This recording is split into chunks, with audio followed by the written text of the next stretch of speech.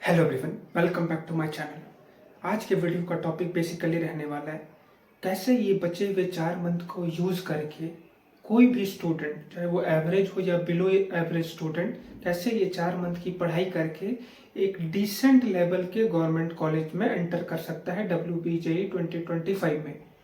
अब मैं यहाँ पे कहने का ये भी कह सकता था कि 4 मंथ की पढ़ाई करके कैसे तुम जादवपुर एंटर कर सकते हो, और वह कहीं ना कहीं मैनिपुलेशन होता है, और मैं तुम्हें मैनिपुलेट नहीं करना चाहता। इस मोमेंट में मैं तुम्हें बोलूंगा कि 4 मंथ में तुम जादवपुर एंटर कर सकते हो।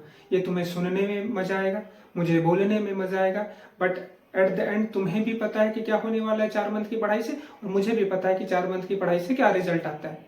मैं बेसिकली इस वीडियो में वह बताऊंगा जो एक बिलो एवरेज स्टूडेंट भी अचीव कर सकता है और एक एवरेज स्टूडेंट भी अचीव कर सकता है। ये ना कि अनरियलिस्टिक कोई टारगेट कि कैसे 4 मंथ की पढ़ाई करके कोई अननेसेसरी स्ट्रेटजी बता दो, 4 मंथ की पढ़ाई करके जादवपुर एंटर कर सकते हो। नहीं, क्या पॉसिबल है, कैसे करना है, ये सब कुछ तुम्हें इस वीडियो में मिल रहा होगा।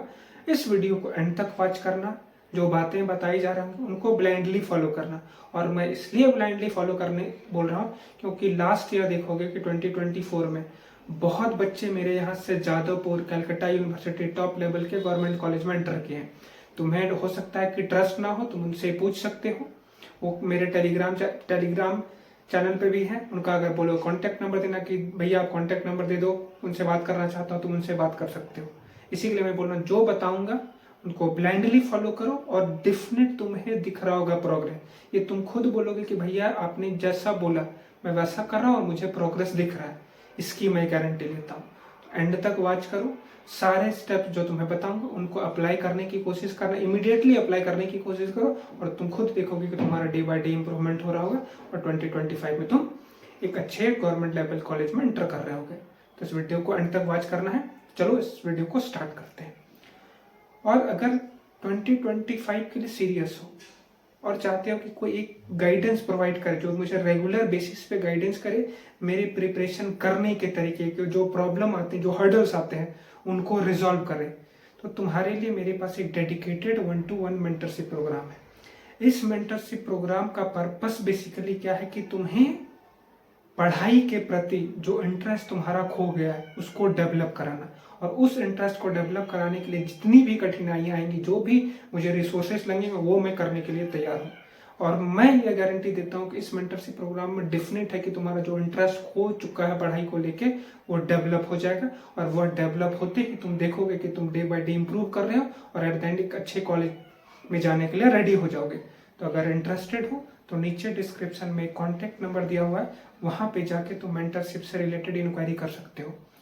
देखो, क्योंकि 4 मंथ टाइम रिमेनिंग और थोड़ा प्राइस एक्सपेंसिव है, तुम्हें बहुत स्टूडेंट को लग सकता है कि बहुत एक्सपेंसिव है, बट ये 4 मंथ जो मेरे साथ तुम इन्वेस्ट करोगे, बट इसका जो आउटपुट आएगा वो उस प्राइस के से 10 गुना बड़ा है।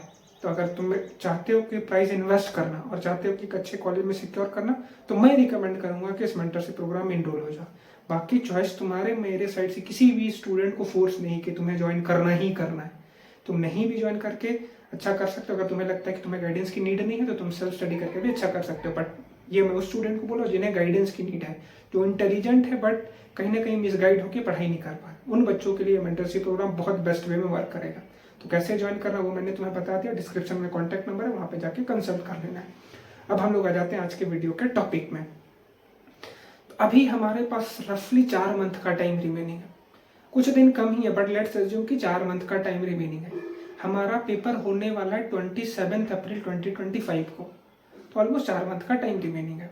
ये 4 मंथ के टाइम में हमें प्रिपरेशन कैसे करना है जिससे कि हम एक डिसेंट लेवल के गवर्नमेंट कॉलेज को सिक्योर कर पाए 2025 में। तो सबसे पहले हमें यह जानना जरूरी है कि कितने मार्क्स पे एक गवर्नमेंट कॉलेज मिलता है। मैं जादवपुर की बात नहीं कर रहा, सारे गवर्नमेंट कॉलेज सबसे लो से टॉप की बात कर रहा हूँ। बेसिक मार्क्स जो गवर्नमेंट कॉलेज एंटर करने के लिए चाहिए एक WBJE डोमिसाइल होल्डर को, वो है 55। लेट्स एज्यूम कि 55 ही है, वो 45 पे भी मिलते हैं कुछ कॉलेज, बट वो उतने अच्छे नहीं है। बट 55 to 60 की रेंज में तुम्हें एक अच्छा गवर्नमेंट कॉलेज मिल जाएगा। तो हमें यह तो आइडिया होगा कि हमें 55 to 60 मार्क्स पे गवर्नमेंट कॉलेज एंटर करने के लिए हम एप्लीकेबल होंगे अगर हम 55 to 60 स्कोर कर लेते हैं WBJE 2025 में। अब ये 55 to 60 कैसे आएगा? अब तुम्हारे माइंड में अभी इमीडिएट डाउट चल रहा हो कि भैया जादवपुर के लिए तो ज़्यादा मार्क्स चाहिए, आई नो जादवपुर के लिए ज़्यादा मार्क्स चाहिए, बट मैं जीरो से स्टार्ट करूँ, मैं यहाँ से स्टार्ट करके तुम्हें यहाँ पहुँचाने की कोशिश कर रहा हूँ। तो इस लेवल के लिए कितना मार्क्स चाहिए, इस जगह पर एंटर करने के लिए हमें कितना मार्क्स चाहिए? 55 to 60। अब वह 55 to 60 हम कैसे अचीव करेंगे ये 4 मंथ में, वही मैं तुम्हें बताने की कोशिश कर रहा हूँ। ध्यान से सुनना है, कॉपी पेन लेके बैठ जाओ, ईच एंड एवरी बातों को नोट करो और इमीडिएट अप्लाई करने की कोशिश करो। अब समझते हैं कि ये 4 मंथ में क्या स्ट्रेटजी फॉलो करना है। मैं इसे स्ट्रेटजी के नाम नहीं दूंगा, मैं सिंपल बताऊंगा कि क्या अप्रोच रहने वाला है तुम्हारा ये 4 मंथ में। तो सबसे पहले मैं हर एक स्टूडेंट को रिकमेंड करूंगा कि एक बार सिलेबस से गो थ्रू हो जाओ, एक बार सारे सिलेबस को अच्छे से पढ़ लो। क्लास 11th के टॉपिक, क्लास 12th के टॉपिक एक बार अच्छे से पढ़ाई कर लो, सारे चैप्टर्स मतलब सारे सिलेबस को अच्छे से एक बार गो थ्रू हो जाओ। माइंड में रहना चाहिए कि ये सिलेबस है हमारा एग्जाम का। उसके बाद क्या करना है कि पिछले 4 सालों के पीवाईक्यू को एनालाइज कर लो। 2021 से 2024 के पीवाईक्यू को एनालिसिस करो। मैं सॉल्व करने की बात नहीं कर रहा, पीवाईक्यू को एनालाइज करना है। और उस एनालिसिस के दौरान तुम्हें एक पेन और पेपर लेके बैठना है, क्योंकि जब वहां पे एनालाइज करोगे तो वहां पे नोट डाउन भी तुम्हें करना है। और कैसे एनालाइज करना है पीवाईक्यू को और क्या अप्रोच रहना चाहिए पीवाईक्यू के एनालिसिस करते वक्त, वो मैं तुम्हें बता रहा हूँ। जब तुम पीवाईक्यू एनालाइज करोगे तो देखना कि किस चैप्टर से कितने सवाल पूछे जा रहे हैं एक पर्टिकुलर ईयर में। जैसे सपोज एक एग्जांपल ले लेते हैं, केमिस्ट्री में केमिकल बॉन्डिंग। केमिकल बॉन्डिंग में 2020 में 1 सवाल पूछे गए, 2021 में 2 सवाल पूछे गए, 23 में 3 सवाल पूछे गए, 24 में 2 सवाल पूछे गए। इसी तरह से हमें एनालाइज करना है और इस एनालिसिस के दौरान तुम्हारा एक लिस्ट प्रिपेयर होता चला जाएगा। उसमें सारे चैप्टर्स इंक्लूड हो जाएंगे, फिजिक्स के भी सारे चैप्टर, केमिस्ट्री के भी सारे चैप्टर्स और मैथ्स के भी सारे चैप्टर। और यह लिस्ट तुम्हारा बन गया। और यह लिस्ट तुम किसकी मदद से बना रहे हैं? पीवाईक्यू के एनालिसिस की मदद से। वह लिस्ट बनने के बाद तुम वहां पे देखो कि कौन सा टॉपिक या कौन से चैप्टर से multiple time maximum number of सवाल पूछे गए हैं। हो सकता है केमिकल बॉन्डिंग में पिछले 4 सालों में हर एक टाइम पे 2 सवाल आया हो, रेडॉक्स रिएक्शन से 1 सवाल आया हो। तो एक अलग लिस्ट बनानी है। उस लिस्ट में क्या करना है कि जितने भी टॉपिक से हर एक साल में 2 से 3 सवाल पूछे गए हैं, उनको एक पेपर में, एक वाइट शीट ऑफ पेपर में नोट डाउन कर लेना। उनको नोट डाउन करते ही तुम्हारे पास एक final list of chapter prepare हो जाएगा। एक फाइनल लिस्ट ऑफ चैप्टर जिनको तुम पढ़ाई करोगे ये 4 मंथ में। और वह फाइनल लिस्ट ऑफ चैप्टर कैसे प्रिपेयर करना वो मैंने तुम्हें बता दी। पीवाईक्यू एनालाइज करो, उस दौरान सारे चैप्टर में कितने सवाल पूछे गए वो लिखना है। उसके बाद एक लिस्ट बनेगा जिनमें लिखना है कि किस चैप्टर से 2 से 3 सवाल पूछे जा रहे हैं हर एक साल, उनका एक लिस्ट होगा। और वही फाइनल लिस्ट है और उसी लिस्ट के बेसिस पे हम स्टडी कर रहे होंगे। अगर तुम्हें लिस्ट प्रिपेयर करने में, पीवाईक्यू को एनालाइज करने में डिफिकल्टी हो रहा है, चैप्टर की लिस्ट प्रिपेयर करने में डिफिकल्टी हो रहा है, तो टेलीग्राम का एक मैंने ग्रुप बना रखा है, उस ग्रुप में ज्वाइन कर जाओ। वहां पे लिस्ट ऑफ चैप्टर एनालाइज करके दे रखे हैं, वहां पे जाके तुम उस लिस्ट को नोट डाउन कर लेना है। अगर तुम्हें, या तो तुम पर्सनली मुझे कांटेक्ट करके लिस्ट ले सकते हो। इस तरह से हमने एक लिस्ट प्रिपेयर कर ली।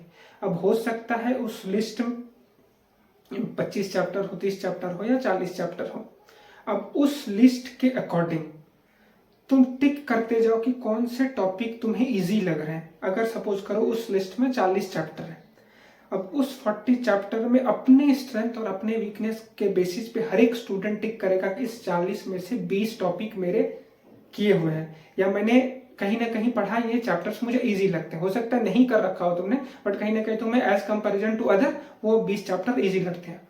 उस 20 चैप्टर को तुम टिक कर लोगे। किसी के लिए 20 हो सकता है, किसी के लिए 15 हो सकता है, किसी के लिए 25 हो सकता है, किसी के लिए 30 हो सकता है। वो इंडिविजुअल स्ट्रेंथ और वीकनेस के बेसिस पे वेरी करेगा, बट कहीं ना कहीं कोशिश करना कि 20 से ज्यादा ही हो, 20 to 25 के अराउंड चैप्टर्स हो। अब उन 20 to 25 चैप्टर को तुम WBJE 2025 के लिए प्रिपेयर करोगे। हो सकता है तुम्हें यह लग रहा होगा कि भैया 25 चैप्टर से क्या WBJE होगा, डिफिनिट होगा। 25 चैप्टर भी अगर तुम अच्छे से करके चले जाओगे तो तुम एक टॉप लेवल के गवर्नमेंट कॉलेज को इजीली सिक्योर कर सकते हो, गवर्नमेंट कॉलेज में सीट। तो तो उस लिस्ट में हो सकता है 20 चैप्टर हो, किसी का 25 हो, किसी का 30 हो, वो इंडिविजुअल स्ट्रेंथ और वीकनेस पे वेरी करता है। यहाँ तक क्लियर है? अब नेक्स्ट स्टेप क्या, हमारे पास लिस्ट रेडी है, हमारे स्ट्रेंथ और वीकनेस के बेसिस पे लिस्ट रेडी है। अब वह चैप्टर को ये 4 मंथ में कैसे करना है।